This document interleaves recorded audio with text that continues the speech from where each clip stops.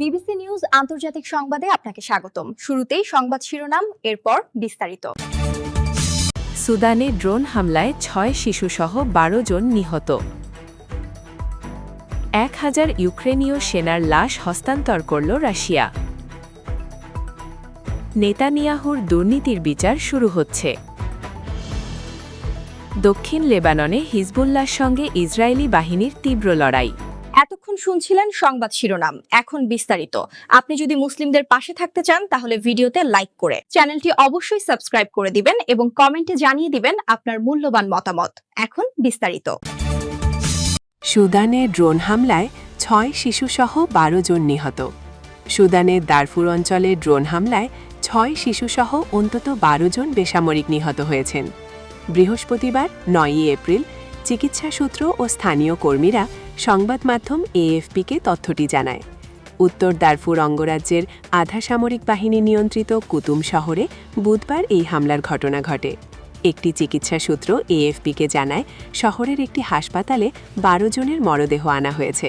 নিহতদের মধ্যে ৬ জন শিশু রয়েছে, যাদের মধ্যে ৩ জন মাধ্যমিক পর্যায়ের শিক্ষার্থী।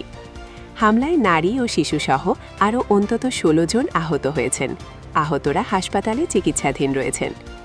গণতন্ত্রপন্থী সংগঠন আল ফাশির রেজিস্ট্যান্স কমিটি জানায়, হামলাটি আল সালামা এলাকায় আল গার্লস স্কুলের কাছে সংঘটিত হয়। এই হামলার জন্য সুদানের সেনাবাহিনীকে দায়ী করে তারা। ২০২৩ সালের এপ্রিল থেকে দেশটির সেনাবাহিনী ও র্যাপিড সাপোর্ট ফোর্সের মধ্যে সংঘর্ষ চলমান রয়েছে। ১,০০০ ইউক্রেনীয় সেনার লাশ হস্তান্তর করল রাশিয়া। ইউক্রেনের কাছে তাদের ১,০০০ সেনার লাশ হস্তান্তর করেছে রাশিয়া। বৃহস্পতিবার ৯ এপ্রিল দুই দেশের মধ্যে এই মরদেহ বিনিময় হয়েছে বলে নিশ্চিত করেছেন সংশ্লিষ্ট কর্মকর্তারা, খবর রয়টার্সের।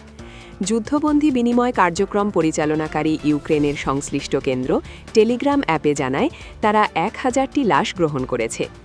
রাশিয়ার দাবি অনুযায়ী এসব লাশ ইউক্রেনীয় সেনাদের। যুদ্ধক্ষেত্রে প্রাণহানির সংখ্যা ক্রমাগত বাড়তে থাকায় এই ধরনের বিনিময় কার্যক্রম গুরুত্বপূর্ণ মানবিক উদ্যোগ হিসেবে বিবেচিত হচ্ছে। অন্যদিকে রাশিয়ার সংবাদ মাধ্যম আরবিসি জানায়, ইউক্রেন ৪১ জন নিহত রুশ সেনার লাশ ফেরত দিয়েছে। রুশ আইন প্রণেতা শামসায়েল সারালিয়েভ তথ্যটি নিশ্চিত করেন। চলমান সংঘাতের মধ্যে দুই দেশ সময়ে সময়ে নিহত সেনাদের লাশ বিনিময় করে আসছে। নেতানিয়াহুর দুর্নীতির বিচার শুরু হচ্ছে। ইরানের সঙ্গে যুদ্ধের প্রেক্ষিতে জারি করা রাষ্ট্রীয় জরুরি অবস্থা তুলে নেবার কয়েক ঘণ্টার মধ্যেই ইসরায়েলের প্রধানমন্ত্রী বেনিয়ামিন নেতানিয়াহুর দীর্ঘদিনের দুর্নীতির বিচার পুনরায় শুরু করার ঘোষণা দিয়েছে আদালত।